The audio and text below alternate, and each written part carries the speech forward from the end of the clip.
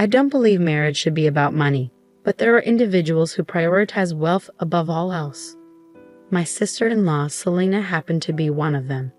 Never did I imagine that greed would rear its head over an inheritance after my brother, a respected surgeon, passed away. I'm Mary Smith, the manager of a jewelry store, content with my single life at 31.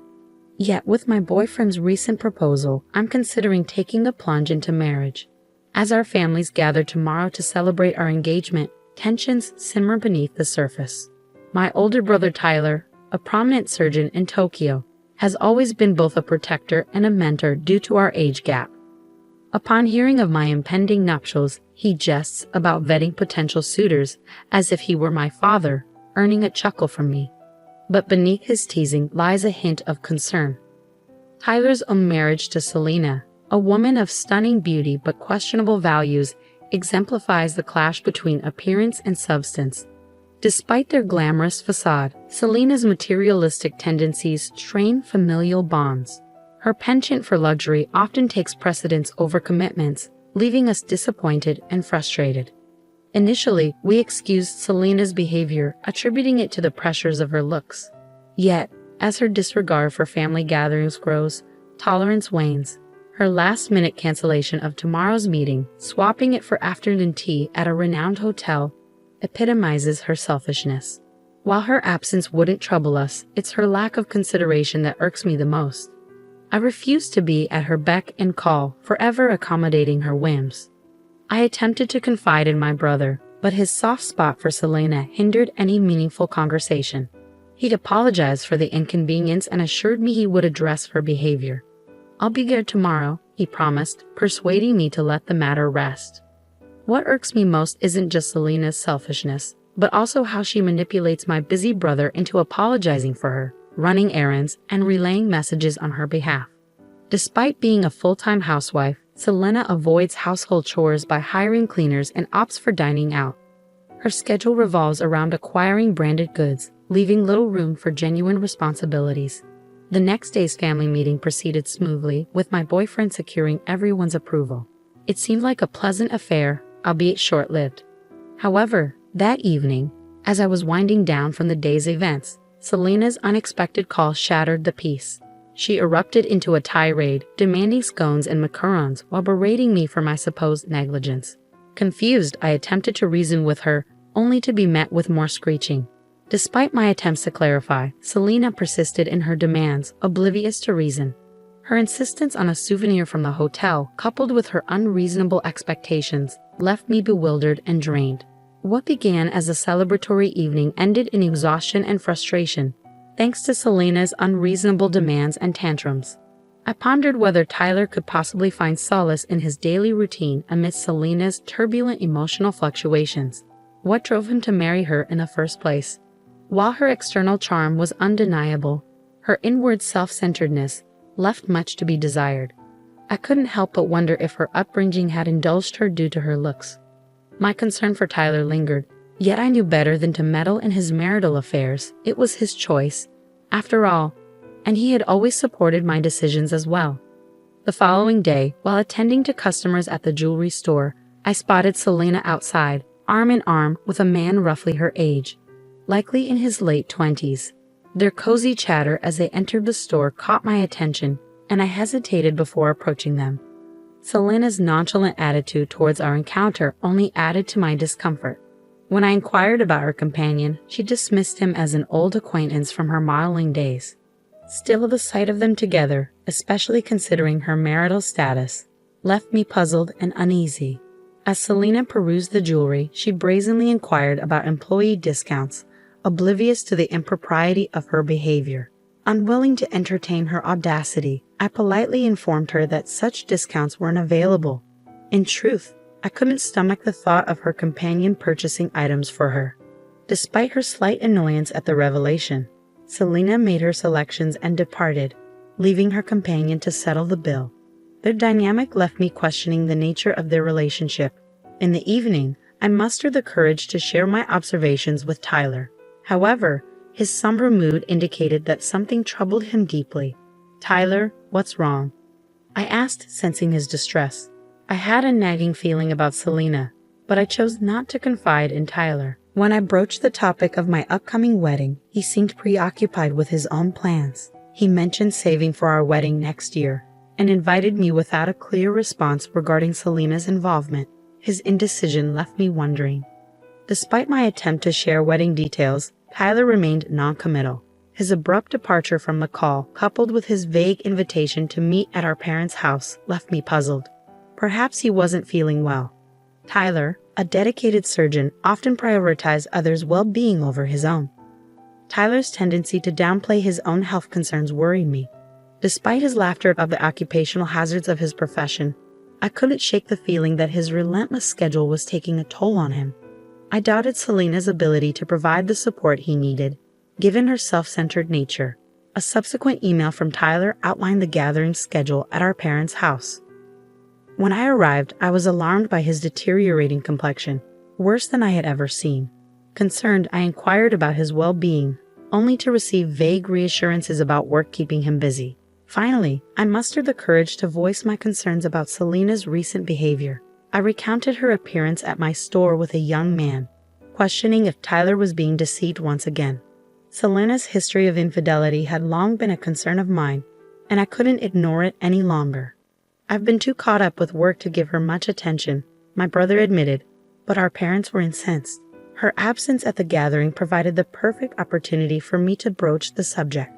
When I questioned Tyler about Selena's well-being, he responded solemnly, "Selena isn't here today, which is why I asked you all to come. I have a favor to ask." With a grave expression, Tyler disclosed something shocking. Despite our disbelief, his stance remained unwavering, leaving us stunned. 3 months later, tragedy struck as my brother succumbed to stomach cancer, a consequence of relentless stress and overwork. It was a bitter realization. Despite his dedication to saving lives, he neglected his own health. Even amidst his suffering, Tyler had recognized the signs, undergoing a grueling examination that revealed his illness. Regret lingered as we wished he had confided in us sooner. Tears flowed freely at his funeral, a profound sense of helplessness enveloping us. Fond memories of Tyler flooded my mind, the steadfast support he provided during my childhood struggles and setbacks. His premature departure, before reaching the age of 40, left us grappling with sorrow and uncertainty.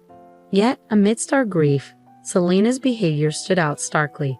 Clad in the ostentatious necklace purchased from my store, a gift from another man, she showed no regard for the solemn occasion. Her callous display was unforgivable, a painful reminder of her self-serving nature. Transforming my sorrow into fury, I confronted Selena, unable to comprehend her audacity. "Why are you wearing that?" I demanded, my voice trembling with anger. "Don't you understand how much my brother cherished you?" Selena, seemingly unfazed, met my accusation with a disingenuous smile. "Of course I know," she retorted casually. "It's just the way things are in this world. If you're unhappy, why did you marry me?" Her callous words cut deep, and I struggled to contain my indignation in front of my brother, our parents, and the other mourners. Beneath Selena's selfish facade, her disregard for my brother's memory was painfully evident. Even as I longed for her to face consequences, she callously continued, lamenting the end of their relationship. Her cavalier attitude towards marriage and her anticipation of inheritance left me seething with rage. Before I could restrain myself, my hand moved instinctively to slap her, but it was intercepted by a man at her side.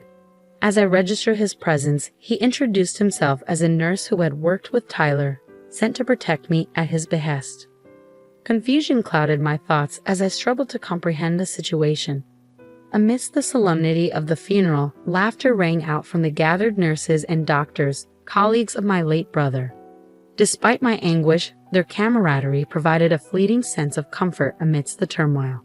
I turned to the man who intervened during the nurse's laughter, seeking clarity amidst the confusion. His response was blunt. "Did the doctor leave any inheritance behind? Your family should know." His words struck a chord. I knew the truth all too well. My brother hadn't left a single yen of his inheritance. Yet Selena, unaware of this fact, spiraled into hysteria. Accusations flew as she accused us of plotting to deceive her and seize the money for ourselves. With fervor, she awaited the revelation of Tyler's wealth, confident in her impending windfall. As Selena's tirade reached a fever pitch, the nurse's amusement turned to outright hysteria. Sensing the need to intervene, my father stepped forward, his voice calm yet firm. "Do you truly not know?" he inquired. Impatient for answers, Selena demanded an explanation. Reluctantly, I obliged, revealing my brother's financial arrangements made during his lifetime. He had generously set aside 10 million yen for my wedding fund, among other gifts. As the truth sunk in, Selena's complexion shifted from blue to white. My brother, though revered for his expertise, had a penchant for extravagant spending to alleviate stress. Lavish parties, exclusive dinners, and luxury accommodations drained his resources, all in a bid to find solace amidst his demanding career and familial obligations. Despite his generosity and desire to share these experiences with Selena, she remained conspicuously absent during his trials and triumphs. It wasn't Selena by his side during difficult moments. It was his colleagues and friends, the very individuals now gathered to bid him farewell. The nurses, their laughter subsided, shared heartfelt memories of my brother's kindness and generosity. Despite his demanding schedule, he made time to care for them, inviting them to parties that left a lasting impression. Their admiration for him only deepened, inspiring them to work harder in their own endeavors. As they spoke, I learned of my brother's final act of benevolence. He had donated the remainder of his estate to the hospital. Representatives from the General Hospital, grateful for his contribution, bid him farewell. Their yearly struggles with research funding would be alleviated, ensuring better medical care for the future. Witnessing the extent of my brother's compassion toward others, I couldn't help but feel a pang of disappointment towards Selena. While he had touched so many lives, she, who should have been closest to him, exhibited selfishness and greed. Months later, Selena contacted me, her tone demanding as she sought to secure her inheritance. However, her careless handling of the estate revealed a shocking truth. Despite my brother's substantial earnings, his assets had been depleted. In her pursuit of the mansion and other assets, Selena had overlooked Tyler's debts, leaving her with a fraction of what she had anticipated. Her plea for assistance fell on deaf ears, as I reminded her that our familial ties had dissolved with Tyler's passing. Her actions spoke volumes. Despite claiming to care for my brother, her true motives had been laid bare. "I'll help you out of trouble, but how can you expect that after being so selfish until now?" I retorted to Selena, her impatience evident in her voice as she grappled with the sudden reality of inheriting both the mansion and debts. "Inheritance includes liabilities," I reminded her coldly, informing her that renouncing the inheritance was an option within 3 months of being informed. Suggesting she sell the luxury items she had collected only elicited tears and pleas for forgiveness from Selena. But I couldn't bring myself to console her. Despite her remorse, I ended the call, unable to reconcile her actions with my brother's memory. With my brother's passing, my wedding was postponed by a year. My husband and in-laws, noticing my lingering depression, offered understanding and support. Determined not to disappoint my late brother, I vowed to live a life of gratitude, helping those who had stood by me. At the wedding, my brother's popularity became evident as colleagues paid their respects at his grave. Learning of his generosity towards his co-workers, I feared his kindness might be exploited. Yet, the genuine outpouring of support proved otherwise. Meanwhile, rumors of Selena's downfall circulated within the jewelry industry. Her extravagant spending habits and questionable relationships painted a stark contrast to my brother's generosity. Forced to sell her mansion, she now eked out a living in humble accommodations, burdened by mounting debts. Reflecting on Selena's misfortunes, I couldn't help but feel vindicated in my belief that marrying for money was wrong.